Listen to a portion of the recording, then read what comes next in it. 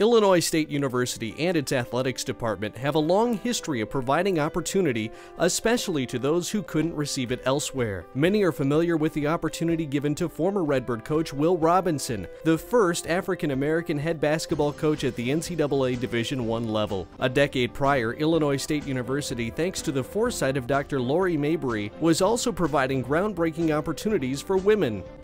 A graduate of Northwestern University, Purdue University, and the University of Iowa, the Vandalia, Illinois native arrived at Illinois State in 1960 to serve as the department's first and only director of women's intercollegiate athletics.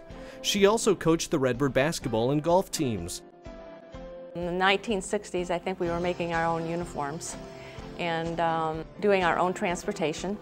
Sometimes when we had a sports day, as they were sometimes called on the weekend, we'd play a game, and then I would officiate a game, and then we'd serve cookies and drinks to our opponents.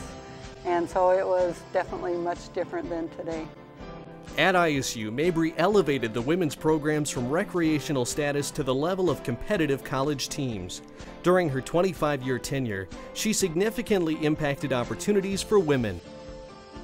Laurie was all about opportunity. She found a way to overcome the obstacles, to create opportunities for girls to participate in sport and competitively at a high level.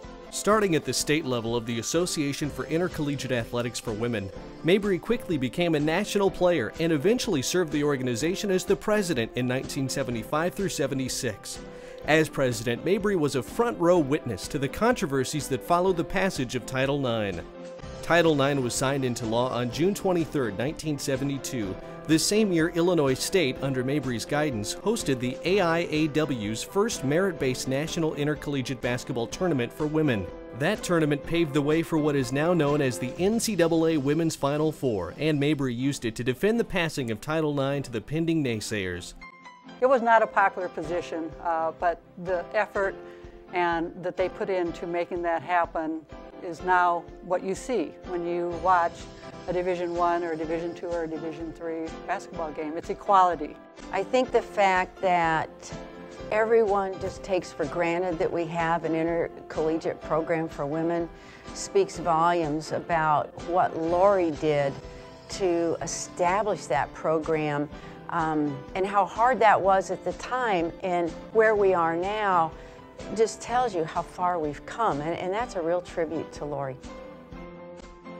Addresses to congressional committees became commonplace for Mabry as she fought for not only Illinois State student athletes, but for all female student athletes.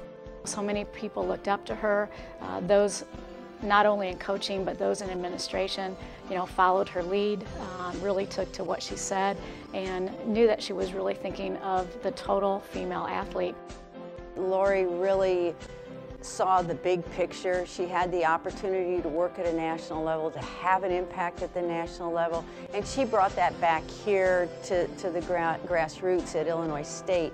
She had so many great accomplishments. She was just a woman of her word.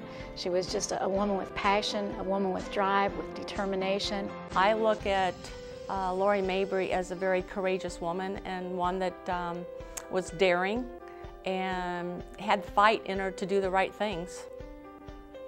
Because of her success, today, Illinois State Athletics honored Mabry by hanging a banner at Redbird Arena prior to today's game, and would like to publicly thank her for her positive impact on generations of women within sports and far beyond.